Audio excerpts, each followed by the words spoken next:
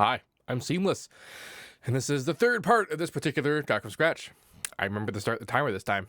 Anyway, we have so far this.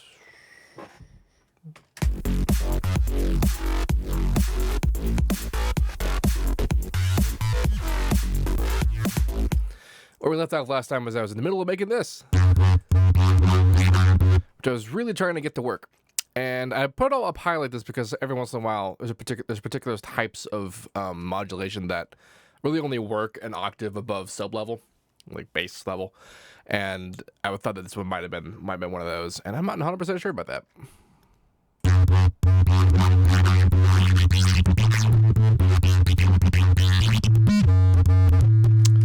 Oops. It's actually the opposite of what I wanted to do. I want to do this here.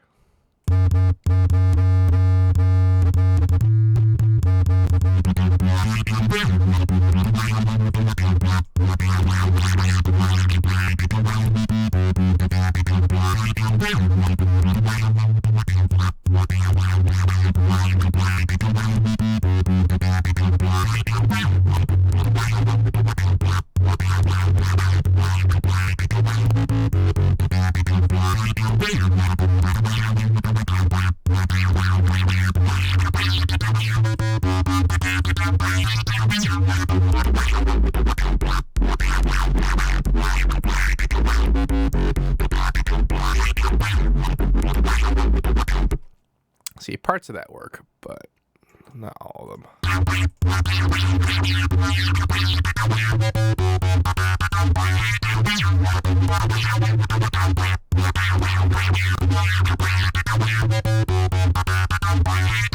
How about, I mentioned earlier that like the sound, one of the earlier sounds would have made a pretty okay lead, and this might actually be the answer to this particular thing.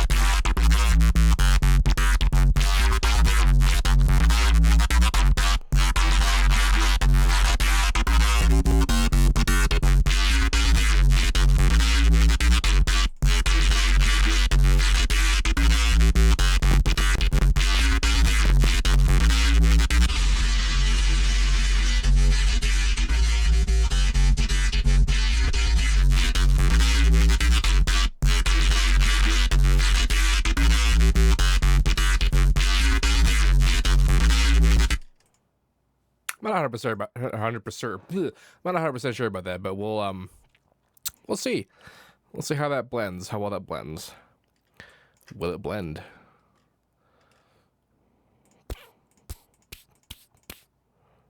Come on, there you go.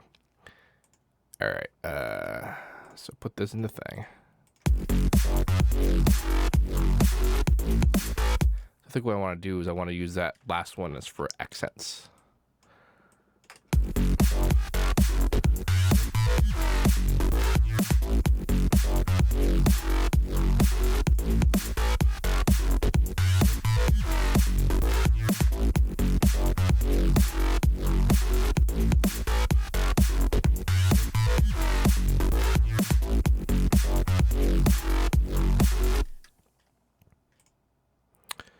So this one, these two. I'll try that one too. That one and that one.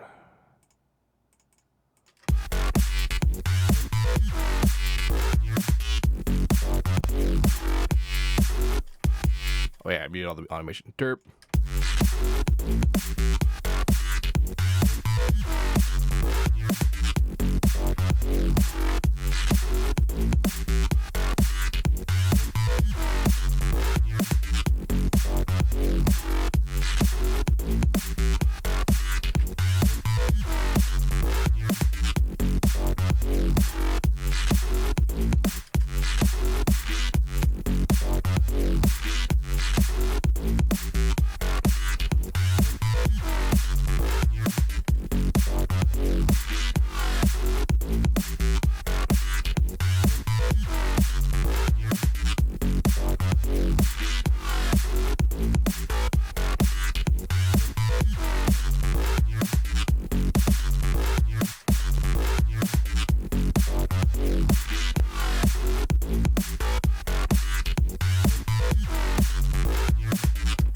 This is starting to work. This is starting to make sense. This is starting to come together in a way that I believe in. All right. For time being, let's just assume that this is going to be our baseline. And let's start talking about stuff to put on top of it. So I'm just going to get rid of all the bits that I'm not using for each of the bits that I've got. This is specifically for just organizational purposes, honestly. It's visually for me. Because the way I'm doing it now is just too clean and smart for my typical approaches. I also want to do the same for the automation. Automation! I don't want to like accidentally, oops, like that. I don't want to accidentally delete the ones that I'm using. Derp, derp, derp, derp, derp. Derp, derp, derp, derp, derp. There you go. All this lovely housekeeping that goes on in tracks. See, a little bit of a bummer about doing these pre-recorded is that during moments like this, I would just talk to the chat in the stream. It helped alleviate many boring moments. So there's pros and cons to doing it the way that I'm doing. And time will tell how well either approach works. Because I mean, the very first time I ever tried doing a track from scratch, it was a disaster. It was basically because I don't finish all of my tracks. I haven't finished every single track from scratch. There have been tracks that I've started that just imploded, that just didn't end up being tracks I wanted to finish. And that's gonna happen. And that's just because that's just how production works. All of you have made tracks and started to just be like, oh, this is great, and then like, oh, and you just kind of fall off it after a while. So it stands to reason that every once in a while that would happen. But it was the very first one. And I basically decided that like if I couldn't finish it, then there was no point in doing it, and then I just didn't. And it didn't occur to me that maybe I was just do another one. But it put a bad taste in my mouth, the whole process.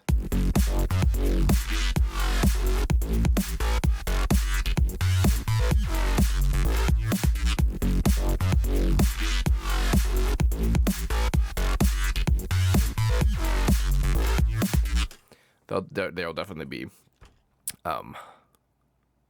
adjustments to some of that. I'm using Patcher, right? I might try and do a bit of a trick when it comes to time to do the sub separation for all this. In terms of using the patchers. And since I am doing this all on patcher, at least for these sounds, then that should be pretty okay. Now, I had kind of a thought about putting chords on top of this. And we'll see how well that works.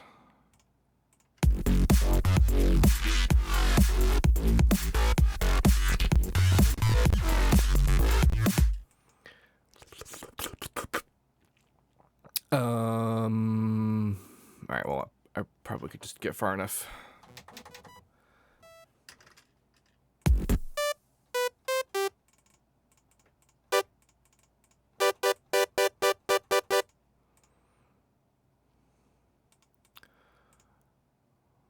So this is what a man. Come on.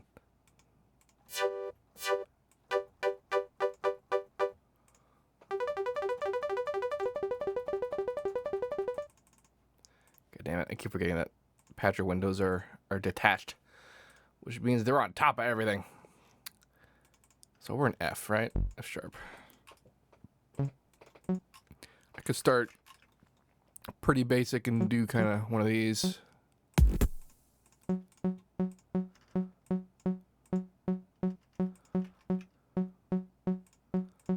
I could do interesting syncopation. That could be nice.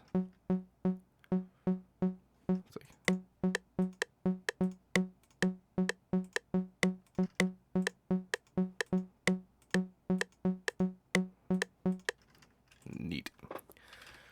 All right, so basic zone is this.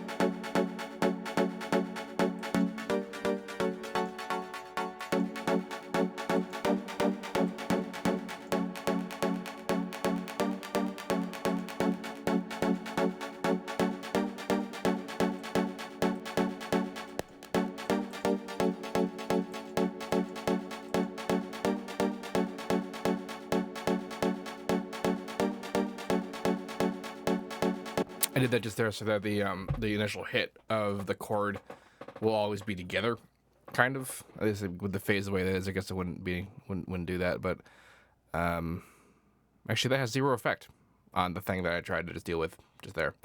So never mind about that.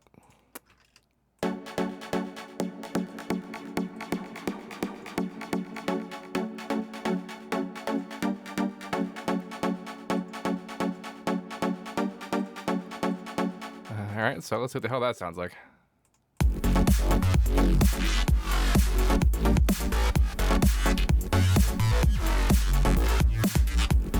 It sounds sweet as hell, except I forgot that I'm doing this in the 3 instead of the 2.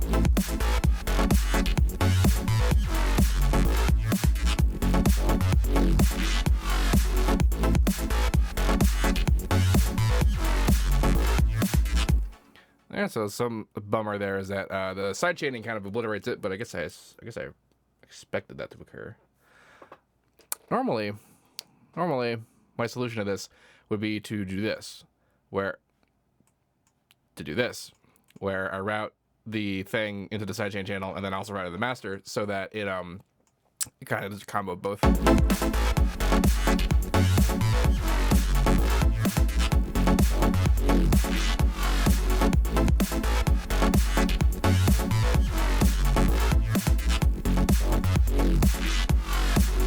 Which kind of worked, but I thought I would have to go farther than that. I thought I was actually going to have to make a whole separate ducking automation just for that, but I appear to have been incorrect. Oh, that's going to be cool as hell. Man, I'm loving this so far.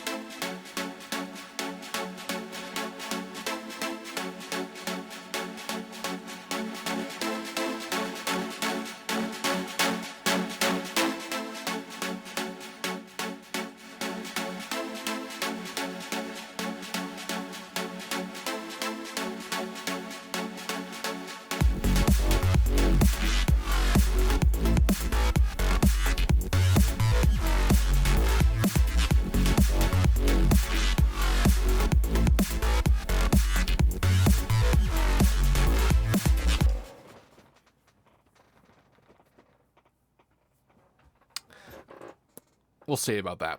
We'll see about that.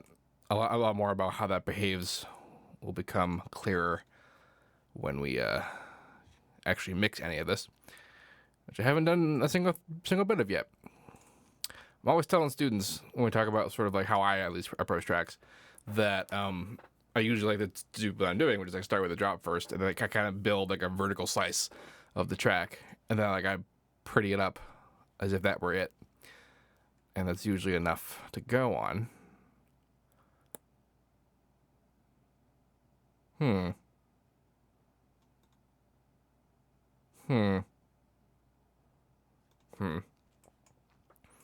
not totally sure what else I want to put in there. I could do some weird stuff, I guess. Let's do some weird stuff. How much time I got left? 3 minutes. Although, yeah, well, next time the next part we'll be doing some mixing and some mastering work. Babe, infection, but hey, give it, hey, hey. But right now,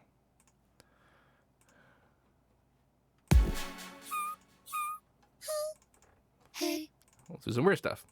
hey, hey, hey, hey, hey, hey, hey, hey, hey, hey, hey, hey, hey, hey, hey, hey, hey.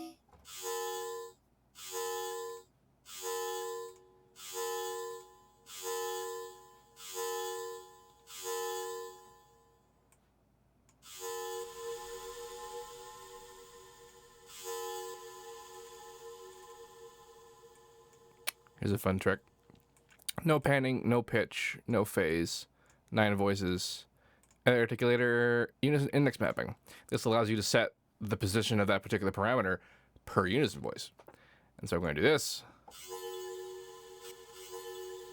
And now we actually got a pretty okay panning profile for this because the prism is different on each individual voice, which makes it very different. So even though I'm using unison, I'm not using the typical pitch distribution type.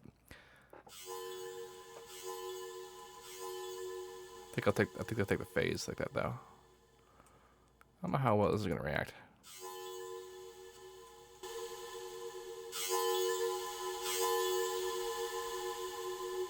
And actually, just because. Actually, you know what I'm gonna do? I'm gonna tell the speed to shut up a bit. Probably should snap though.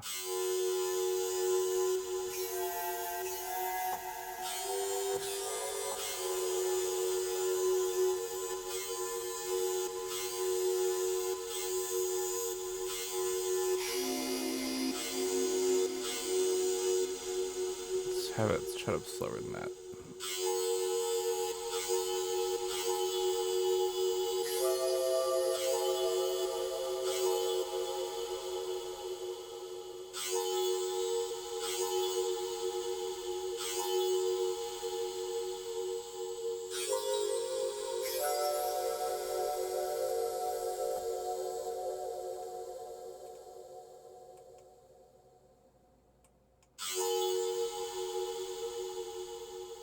Let's shift down. There might be a bit too much ambience for this track.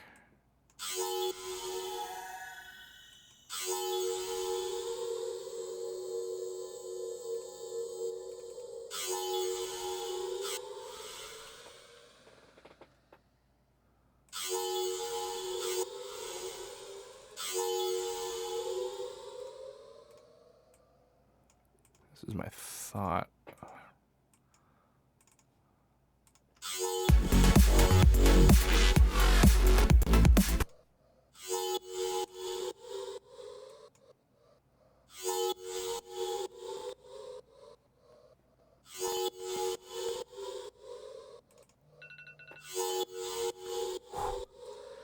That's the same alarm I use to like when I wake up. And so every time I hear it, my body freaks the hell out. Yeah. So this is what we got for this part.